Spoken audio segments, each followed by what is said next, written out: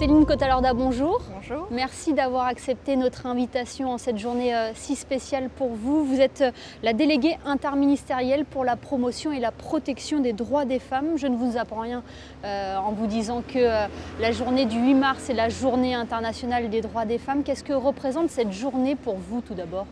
C'est une journée qui est très importante pour célébrer à la fois les avancées qui ont déjà été réalisées en matière de droits des femmes et puis aussi pour évaluer et regarder tout ce qu'il reste encore à faire. C'est une journée à laquelle la principauté de Monaco s'associe bien sûr, et c'est aussi une journée qui nous permet de sensibiliser le grand public à la cause des femmes. Alors bien sûr, il ne faut pas que ce soit juste une journée. Il faut qu'on arrive à ce que ce soit toute l'année qu'on parle des droits des femmes. Vous avez lancé le hashtag 8 mars Monaco.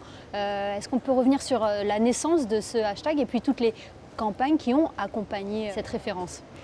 L'opération hashtag 8 mars Monaco a été lancée en 2019 avec l'artiste Anthony Alberti, Mr. One Tease. Et l'année dernière, nous avions voulu mettre en avant l'engagement d'hommes et de femmes des institutions monégasques et du comité. Et cette année, l'idée était de réitérer l'opération, mais avec une thématique différente, l'égalité dans le monde du travail. Donc nous avons mis en avant ces visages de l'égalité au travers de 40 métiers qui sont présentés avec des hommes et des femmes qui posent en binôme et qui présentent du coup leur profession ou leur activité. C'est l'occasion aussi de faire référence à la charte Monégalité également qui a été signée par plusieurs établissements.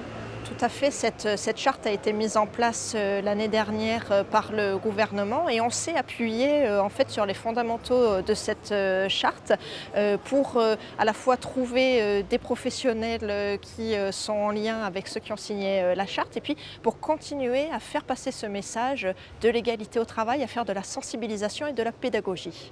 Alors vous avez reçu plusieurs soutiens lors de cette campagne, plusieurs métiers, vous l'avez dit, sont représentés, ce qui a permis aussi de mettre quelques chiffres en exergue.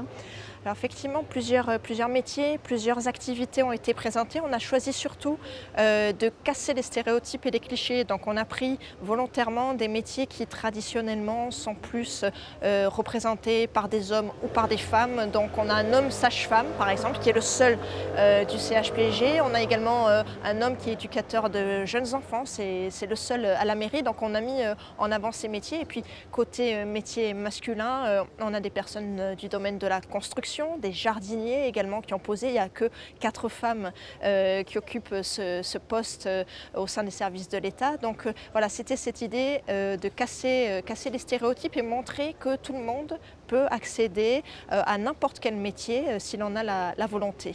Et puis nous avons aussi des soutiens d'associations sportives.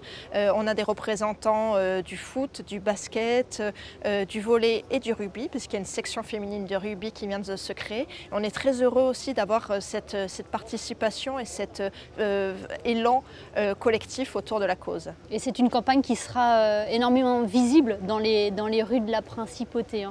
Alors la campagne est effectivement visible en principauté à plusieurs endroits, sur le rocher au niveau du ministère d'État.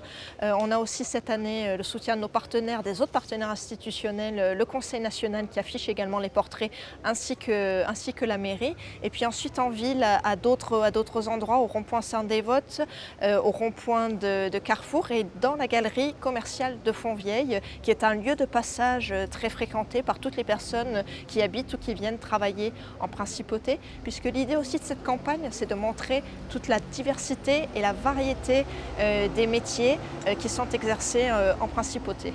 Merci beaucoup Céline Cotalorda. Merci à vous. À très bientôt. À bientôt.